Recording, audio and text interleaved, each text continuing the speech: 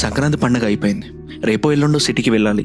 ఏదో తెలియని బాధ, మనసు బరువుగా ఉంటుంది. అన్ని రోజులు ఉత్సాహంగా అల్లరిగా ఉండే మనం ఒక్కసారిగా నిశ్శబ్దంగా ఉంటాం. మళ్ళీ వెళ్ళిపోవాలి కదా అని. అప్పుడు మన ఇంట్లో మనం చూసే ప్రతి వస్తువు, మనం తిరిగిన ప్రతి ప్లేస్ చాలా కొత్తగా కనిపిస్తుంది.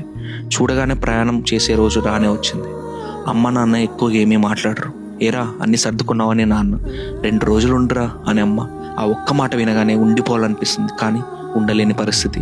బ్యాగ్ సర్దుతున్నప్పుడు అనవసరమైనవన్నీ కూడా తీసుకెళ్తావా అని 100 సార్లు గుర్తు చేస్తారు.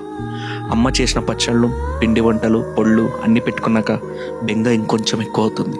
తెలియకుండానే కోపంగా చిరాగ్గా ఉంటాం. పాపం అది వాళ్ళ మీద కోపం కాదు, వెళ్ళటం ఇష్టం లేక. కానీ తప్పదు. అమ్మ ట్రైన్కి టైం అవుతుంది, అన్నం పెట్టనగానే అమ్మ చేతి వంట ఇంకా ఎప్పుడు తింటాము అని చెప్పి ఒక ముద్ద ఎక్కువ తిని వెళ్తాం.